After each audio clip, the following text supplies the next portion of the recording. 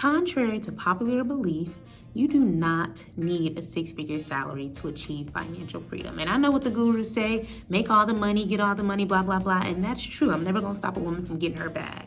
But more money does not equal more freedom. And I used to think that. I used to think you needed multi-six figures in the bank. You needed to be a millionaire to really live comfortably. But looking back, that's not even what I really wanted, okay? I wanted freedom to do what I want to do, when I want to do it, and have the money to do it. In short, I wanted options, okay? I wanted options, and I think most women, most of us, actually want that as well. So let's talk about what that looks like in theory and practicality on this video. So if you're new here or returning, hey girl, hey, my name is Joshlyn, and I'm the founder of Maximize Money, where I teach women how to invest their first $100 in the stock market and build long-term financial freedom with their existing income on their terms. And again, let's talk about what options really mean for women, because it's not just money, it's what the money represents. And so options can mean many things, but I'm going to talk about what they mean for me.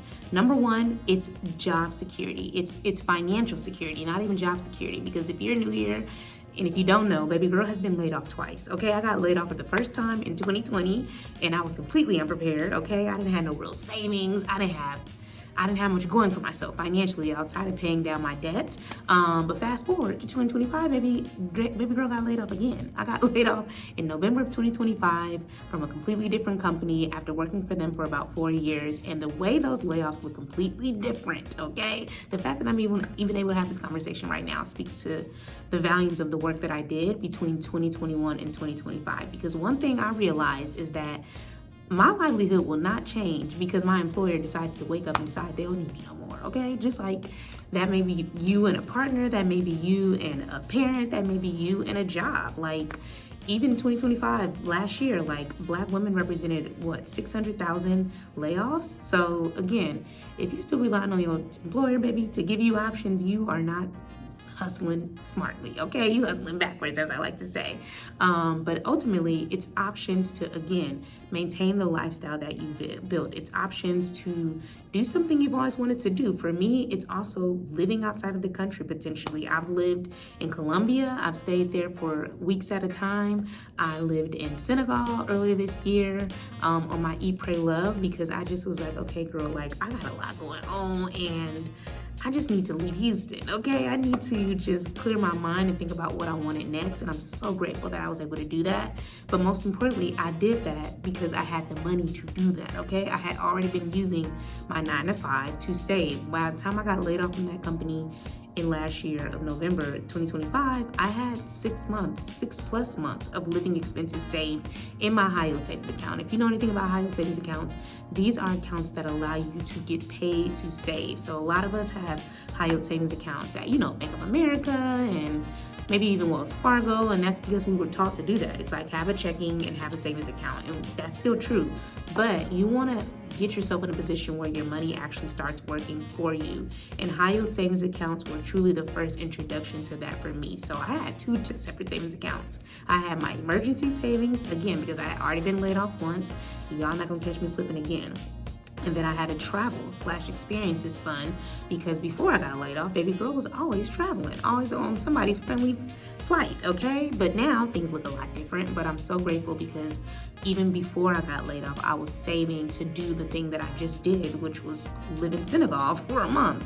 And I'm preparing to do that again. I just don't know when I'm gonna do that. And so you wanna have options. And for me, I could have had all the money in the world, but if I was afraid to even spend it, or if I wasn't managing it right, then I would have always felt like chained to working this job, or chained to being with some partner who was making me unhappy. Like, we want options, and that's what financial freedom represents for a lot of us, whether we realize it or not. The second thing, that financial freedom really connects to is the ability to say yes. So as I mentioned, of course, Senegal on my Eat, Pray, Love journey was amazing. So glad I did that. I came back a completely different woman. But for a lot of us, it's those small little luxuries that we don't want to have to think twice about. It's being able to swipe your card at dinner and not worry about if you have the money in there or not. It's being able to take the last minute staycation for the weekend because your kids is at home stressing you out, okay? It's being able to do these small little luxuries from day to day and not go deeper into debt for it, or not even go into debt for it, because again, baby girl has had all the financial challenges. I had $80,000 in debt. I had a car note. I had student loans. I had credit card debt. I had a lot going on. And I knew that when I finally climbed myself out of debt, paying off those $80,000 in student loans, I said, I'm never going to catch myself in this situation again. And because I was in that situation, I recognized that it was my fault. I couldn't point my finger at anybody. I was gainfully employed, still racking up this debt. I was taking the trips. I was going to the brunches. I was going to the happy hours. I was living my best 20-something life. But it was time for me to establish some real grown woman moves, like trying to buy a house, like trying to live on my own in my dream apartment. I couldn't even afford it. And that was my first wake-up call to recognize that, like, girl, the goal is actually not even multi-six figures. The goal is not being a multimillionaire. The goal is being able to do the things that you want to do and have the money to do it, to say yes, you know? And I think a lot of us actually just want that. We want to be able to say yes to the small and the big luxuries in our lives. But what that requires is hands-on money management, not passing it off to an advisor, not trusting your husband with your money, not expecting that this job is always going to be here. Again, as someone who's been laid off twice, I would never tell you to just willingly quit a job or start going into work and looking at them crazy. No, you have to see your job as a tool. I'm never going to encourage somebody to just willingly quit their job. Like, that's not what this channel is about, because without my 9-to-5, I wouldn't have a multi-six-figure investment portfolio worth $250,000. I wouldn't have had 6 months of living expenses. I wouldn't have been able to have the peace to go full-time in my business, maximize money, and help other women create their long-term financial plans. I wouldn't have the freedom and the confidence to be able to teach over 17 women how to invest their first $100 in the stock market like I've done in all of 2026 and counting, okay? I love my girls. I love my money girls. If you're watching this, hey girl, hey. So thank you. But yes, it requires you to get hands-on with your money. So whether that's saving, whether that's investing, whether that's even just sitting down and having a money day, as I call it, with yourself, where you really sit and examine what's been coming in, what's been going out every single month. Even as a money coach, a certified financial educator, I still do this, okay? And I have a free template to help you do the same. It's my spending plan template. I don't call it a budget because a budget feels very restrictive. It feels like I can't live my life.